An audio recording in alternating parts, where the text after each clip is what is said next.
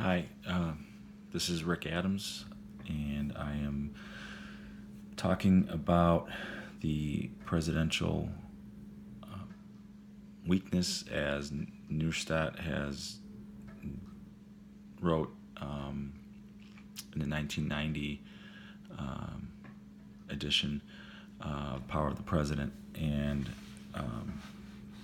the central theme is the weakness of the president.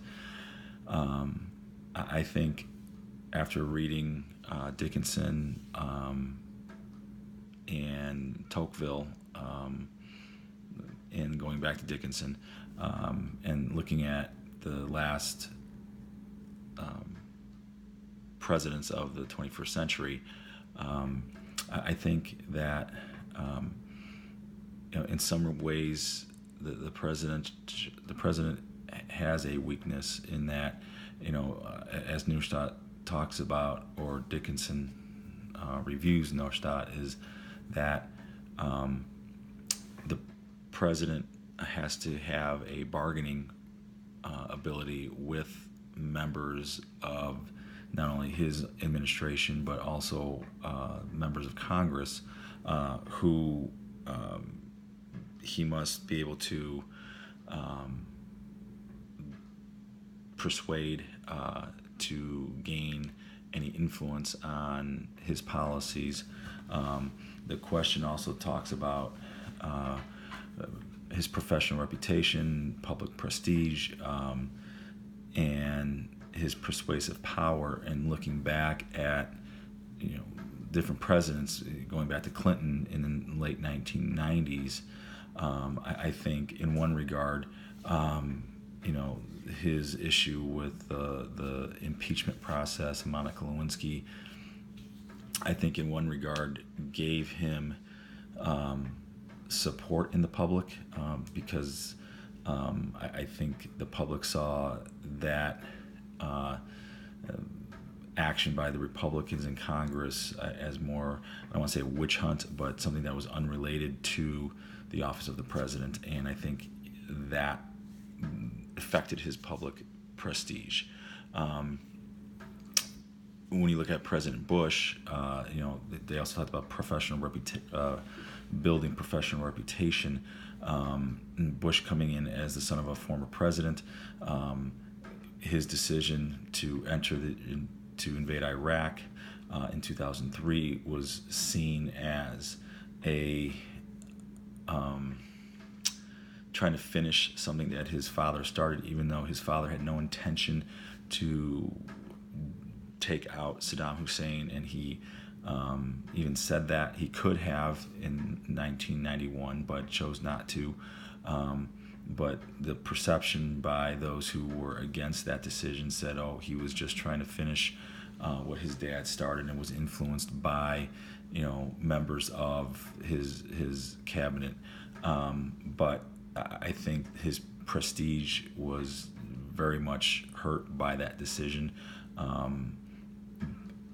He was still able to win re-election in 2004, but I think that was always an issue.